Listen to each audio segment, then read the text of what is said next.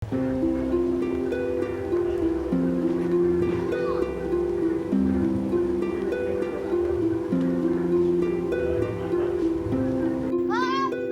sodor.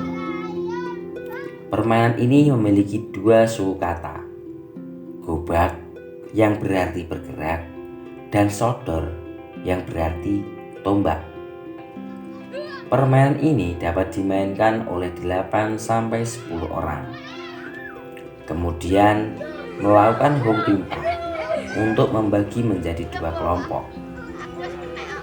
Setiap kelompok menentukan satu anak untuk menjadi kapten tim. Kedua kapten tim melakukan pink sweep. Siapa yang menang, maka berhak untuk bermain terlebih dahulu. Atur strategi dengan memposisikan tim dengan posisi zigzag. Strategi ini bertujuan agar lawan sulit lolos untuk masuk dari kotak satu ke kotak lainnya. Lawan akan mendapatkan poin jika berhasil sampai garis finish atau keluar dari kotak.